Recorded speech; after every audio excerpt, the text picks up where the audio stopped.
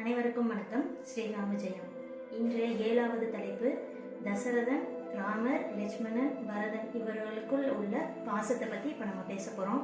தசரதர் அயோத்திய நாட்டு அரசர்.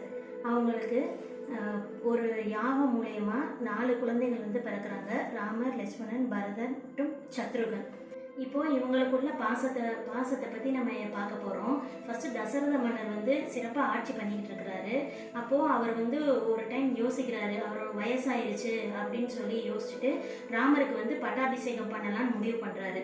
அப்போது ராமர்கிட்ட சொல்கிறாங்க, இந்த மாதிரி நீ இனிமேல் மன்னராக பதவி ஏற்றுக்கணும், எனக்கு வயசாயிருச்சு, எனக்கு உதவியாக நீ இருக்கணும்னு சொல்கிறாங்க. சரின்னு சொல்லி அவர் ஏற்றுக்கிறாரு.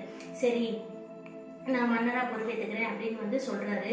அடுத்து பட்டாபிஷேக ஏற்பாடுகள்லாம் நடந்துக்கிட்டு இருக்கும்போது கைகேயி 2 வரங்கள் கேட்டு அதில் ராமர் வனவாசம் செல்லணும், பரதன் தான் முடிசூட்டணும், அவர் தான் மன்னராக இருக்கணும்னு சொல்லி தசரதர்கிட்ட கேட்குறாங்க.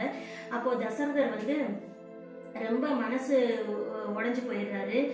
பரதனை கூட நீ மன்னனா ஏற்றுக்குங்க, ஆனால் ராமரை மட்டும் விட்டுரு, அவர் இங்கே இருக்கட்டும் அப்படின்னு சொல்லி எவ்வளவோ சொல்லி பார்க்குறாங்க. ஆனால் கைகேயி அதை கேட்குற மாதிரியே இல்லை. மறுபடியும் நீ என்ன வேணாலும் கேளு, என்னோட கண்ணை கேட்குறியா, இப்பயே தர்றேன், இல்லை என்னோட உயிரை கூட கேளு, நான் தந்துடுறேன், ஆனால் ராமரை மட்டும் விட்டுரு அப்படின்னு சொல்லி எவ்வளவோ தடவை கேட்டு பார்க்குறாங்க. ஆனால் கைகேயி மனம் இறங்கவே இல்லை. அவங்க வனவாசம் போய் தான் ஆகணும்னு சொல்கிறாங்க.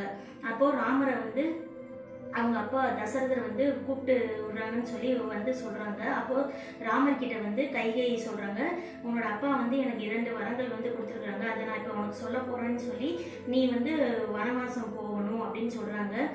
சரி அப்படின்னு சொல்லி நான் இப்போதே கிளம்புறேன் அப்படின்னு சொல்லி அவர் மறுப்பு எதுவும் தெரிவிக்காமல்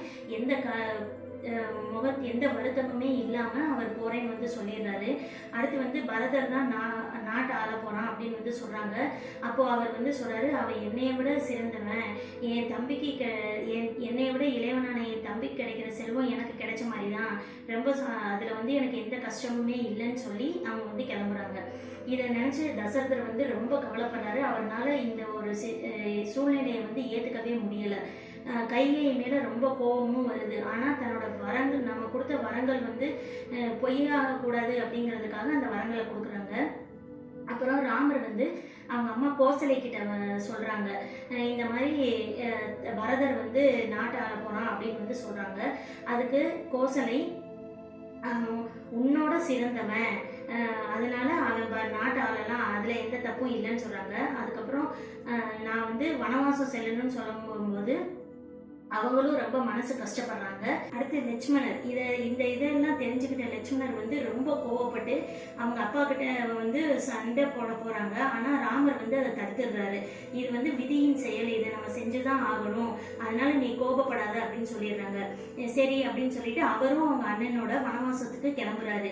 இதை எதையுமே தசரதனால ஏற்றுக்கவே முடியல.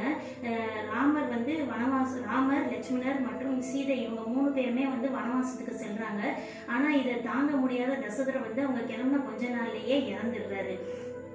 அடுத்து பரதர் இது இப்போ இங்கே எல்லாமே பரதர் மன்னராகணும்னு ஆசைப்படுறாங்கன்னு ஊர் மக்கள்ல இருந்து விஸ்வாமித்திர முனிவர், கோசலை எல்லாருமே பரதரை சந்தேகப்படுறாங்க. இவங்க இவன் பரதர் தான் இந்த மாதிரி ஆசைப்பட்டிருக்காங்க அப்படின்னு. ஆனால் இந்த சூழ்ச்சி எதுவுமே பரதருக்கு தெரியாது. அவர் ஒரு போர் முடிஞ்சு பார்க்கும்போது இவ்வளவு நிகழ்வுகள் நடந்ததுக்கு காரணம் தன்னோட அம்மா கைகேயின்னு தெரிஞ்சதுக்கப்புறம் அவங்க அம்மா மேலே ரொம்ப கோவப்படுறாரு. கோவப்பட்டுட்டு தன்னோட அண்ணனையும் கூட்டிட்டு வரணும் அப்படின்னு சொல்லிட்டு அவர் போறாரு. அந்த வனவாசம் போன இடத்துக்கு இவரும் போறாரு. போய் அவங்க அண்ணனை கூப்பிடுறாரு. ஆனால் அவங்க அண்ணன் ராமர் திரும்ப வர்றதுக்கு மறுத்துடுறாங்க. ஏன்னா அவங்க அப்பா வாக்கு கொடுத்துருக்குறாங்க, அதனால அந்த 14 வருஷமும் காட்டுல தான் இருக்கணும் அப்படின்னு சொல்லிடுறாங்க. ஆனால் பரதர் நீ அது வரைக்கும் நீ நாட்டை பார்த்துக்கோ, நீ மன்னராயிருன்னு சொல்றாங்க. ஆனால் பரதர் அதை ஏத்துக்க மறுக்கிறாரு. நீங்க தான் எப்பயா இருந்தாலும் மன்னரா இருக்கணும், என்னால அந்த இடத்துல இருக்க முடியாது அப்படின்னு சொல்லிட்டு அண்ணனோட பாதுகையில வாங்கி அங்க அரசாட்சி அதை வச்சு அவர் நந்தி கிராமங்கிற ஊருக்கு வெளியில இருக்கிற கிராமத்துல இருந்து அரசாட்சி செய்யறாரு. இதை வந்து இதுக்கு உதவியா சத்ருகனும் இருக்கிறாரு. அதுக்கப்புறம் இந்த பரதர் வந்து ராமர் கிட்ட சொல்றாரு, இந்த 14 வருஷம் கழிச்சு நீங்க கண்டிப்பா நாட்டுக்கு வரணும், அப்படி நீங்க வரலன்னா நான் தீ குளிச்சிடுவேன் அப்படின்னு சொல்லி சொல்றாரு. அப்படி சொல்லிட்டு பரதர் வந்து கிளம்பிடுறாரு. லட்சுமணர் வந்து தன்னோட அண்ணனும் அண்ணியையும் கண் இமைக்காம உணவு உண்ணாம பாதுகாப்பா பாத்துக்கிறாங்க. தன்னோட அண்ணனோட எல்லா கஷ்டத்திலையும் அவர் வந்து கூட இருக்கிறாரு. ராமர் எல்லாத்தையும் பிரிஞ்சிருந்தாலும் லட்சுமணரை வந்து ஒரு நொடி பொழுது கூட பிரிஞ்சதே கிடையாது. அந்த அளவுக்கு ராமரும் லட்சுமணரும் இணை பிரியாம இருந்தாங்க. அடுத்து சத்ருகன் வந்து ராமரும் லட்சுமணனும் எப்படியோ அதே மாதிரி பரதனுக்கு சத்ருகன் வந்து உதவியா இருந்தாங்க. ஆனா சத்ருகனை ராமாயணத்துல நிறைய இடத்துல பேசவே இல்லை. வனவாசம் முடிஞ்சு ராமர் வராம அந்த 14 வருஷம் கழிச்சு வராம நாள் கடந்து போகும்போது பரதன் சத்ருகன்ட்ட நீ அரச ஏத்துக்கோ, நான் வந்து தீ குளிக்க போறேன்னு சொல்லி தீயை மூட்டுறாங்க. அப்போ சத்ருகன் சொல்றாங்க, ஒரு அண்ணன் வனவாசம் போயிட்டாங்க, இன்னொரு அண்ணன் அவங்க கூடயே போயிட்டாங்க, நீங்க தீ குளிக்க போறேன்னு சொல்றீங்க, இப்படி வெக்கமே இல்லாம அந்த அரசாட்சி வந்து இனிமேல் நான் எடுத்துப்பேன்னு நினைச்சீங்களா அப்படின்னு சொல்லி சத்ருவன் கேட்டு அவரும் அதை வேணான்னு சொல்லிடுறாங்க. இந்த மாதிரி இவங்க 4 பேரும் அவங்களுக்குள்ள ஒற்றுமையா இருந்திருக்கிறாங்க. ஒருத்தவங்க யாருக்கும் எதுக்காகவும் விட்டு கொடுக்காம இருந்திருக்கிறாங்க. நன்றி.